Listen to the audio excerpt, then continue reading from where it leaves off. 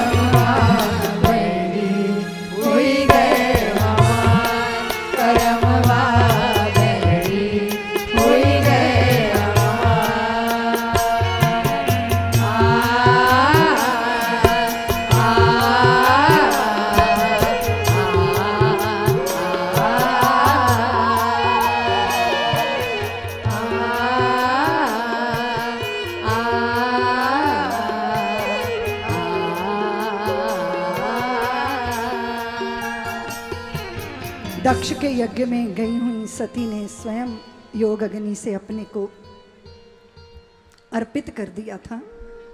शंकर वो जो नंगे भूखे उपेक्षितों की आशा, शंकर वो जो देता ना हो झूठी सिर्फ दिलासा, मुख जैसा निष्पक्ष रूप से समाचरण करता हो, नख से शिख तक अंग अंग को हष्ट पुष्ट करता हो, जिनको निज अपमान मान का भान नहीं रहता है, लेकिन नारी का हरगिज अपमान नहीं सहता है, जो पत्नी को नैतिकता के लिए त्याग सकता है, जो पत्नी का शव कांधे पे लिए भाग सकता है, वो शंकर, शंकर भगवान। दक्ष के यज्ञ की पूर्ति के लिए जिन्होंने कृपा की, माता सती की वजह से पूरे भारत के अंदर 52 शक्ति पीठों की स्थापना हुई और हम सब लोग भगवान शंकर के आराधक अमेठी वालों नीलकंठ बनकर हमको भी शंकर बनना चाहिए। अच्छा देवियों, पूजा ही करनी चाहिए कि शंकर बनना चाहिए? बोलो ना, बोलो ना। शंकर कौन है? जो जहर पीते हैं। अनुभवों के गड़वे घूंट पी लो पर वाणी से ना बोलो, हृदय में ना रखो।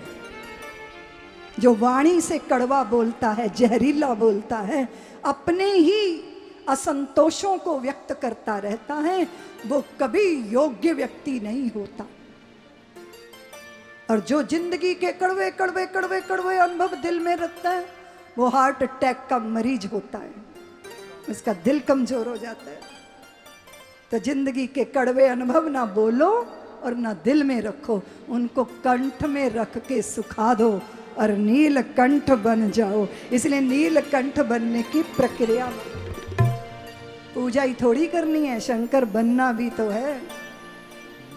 पत्थर जो चोट खा के टूट गया कंकर बन गया, और पत्थर जो चोट को सह गया शंकर बन गया। इसलिए परिस्थितियों की चोटों को झेल कर जो बिखरते नहीं संभलते हैं, वही समाज का नेतृत्व करने के योग्य बनते हैं। मैं आपको वहां ले जाना चाहती हूं जो उत्तानपाद का घर है, द्वार है। उत्तानपाद तो सारे ही हैं देवियों। पहले माँ के पेट से सिर ही तो बाहर आता है, पैर ऊपर सिर नीचे। और हर उत्तानपाद की 2 पत्नियां होती हैं, एक जो नीति से चलती है और एक जो रुचि से चलती है। एक का नाम सुरुचि है, एक का नाम सुनीति है। सुरुचि को उत्तम होता है और सुनीति को ध्रुव जैसा बालक होता है। और ध्रुव जैसा बालक अपनी विमाता की वाणी के वाणों से आहत हो जाता है। और देखो देवियों, ये जो वाणी है ना, ये बड़ी खतरनाक है, ये खंजर से भी ज्यादा तीखी होती है। वाणी का उपयोग तो कर लिया, पर इसका प्रभाव बाद में पता चलता है कि जोड़ा है कि तोड़ा। सब्सक्राइब करें साध्वी ऋतंभरा जी के YouTube चैनल को और हमारे वीडियोस को सबसे पहले देखने के लिए बेल आइकन को दबाना न भूलें।